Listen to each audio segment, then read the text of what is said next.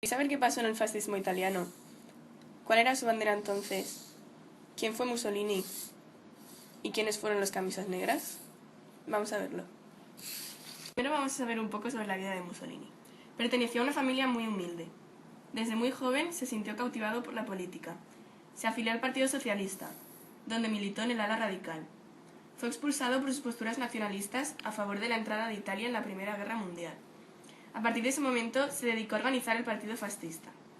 En 1922 entró triunfalmente en Roma tras una marcha propagandística y apoyó a Franco en la Guerra Civil Española. Llevó a Italia a la Segunda Guerra Mundial, hasta que fue liberada por los aliados. Los partisanos le detuvieron cuando intentaba pasar la frontera a Suiza. Fue fusilado y su cadáver fue expuesto públicamente. Finalizada la Gran Guerra, Italia se vio sumida en una profunda crisis, tanto en el plano social como en el político, que terminó desembocando en el ascenso del fascismo.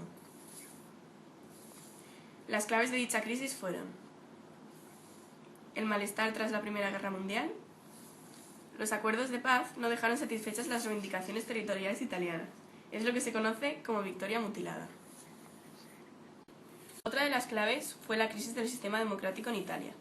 La imposibilidad de crear gobiernos estables fue aprovechada por el fascismo para erosionar el sistema desde dentro. El blanco de sus críticas fue la democracia liberal, pero su agresividad se mostró en la calle, sobre todo contra comunistas. Otra de las claves fue la crisis económica. El esfuerzo asumido durante la guerra había agotado la economía italiana.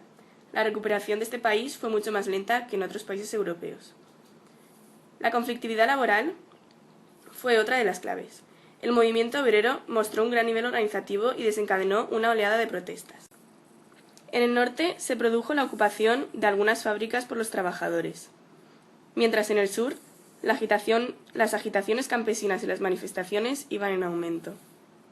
La última de las claves fue el miedo a la revolución, incrementado tras el triunfo bolchevique. Ahora toca hablar de la toma de poder de Benito Mussolini. La conquista del Estado italiano por el fascismo comenzó en 1919, cuando Benito Mussolini fundó las primeras milicias fascistas.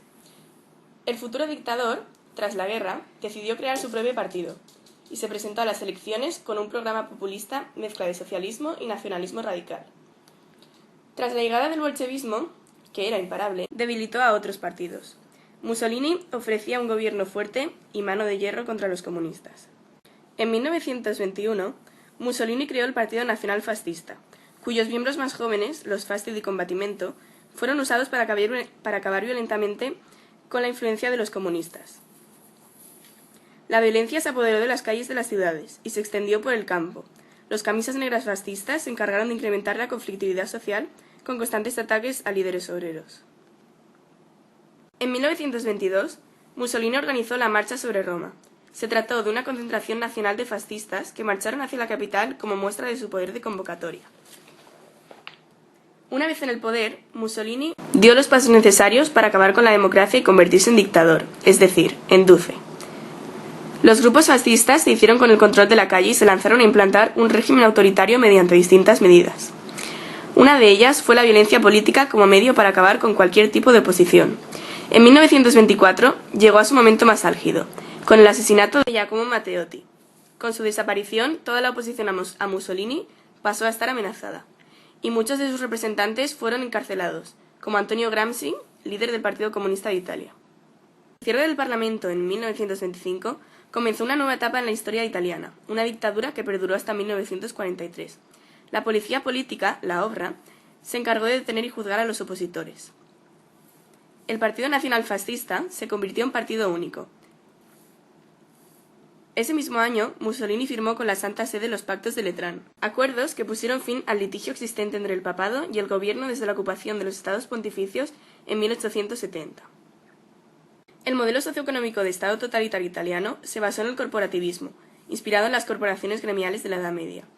En 1927 se promulgó la Carta di Lavoro, como texto legal que regulaba las relaciones sociales y laborales. La economía proteccionista se centró sobre todo en el sector industrial y las grandes explotaciones agrícolas. La creación en 1933 del IRI, Instituto de Reconstrucción Industrial, fue el origen de un proceso de industrialización que la propaganda convirtió en orgullo nacional para devolver a Italia el prestigio internacional perdido. Tras unos años, Mussolini será fusilado, y como ya hemos dicho al principio, su cadáver será expuesto públicamente. Será así como con el paso de los años volverá a reinar la paz en la península italiana.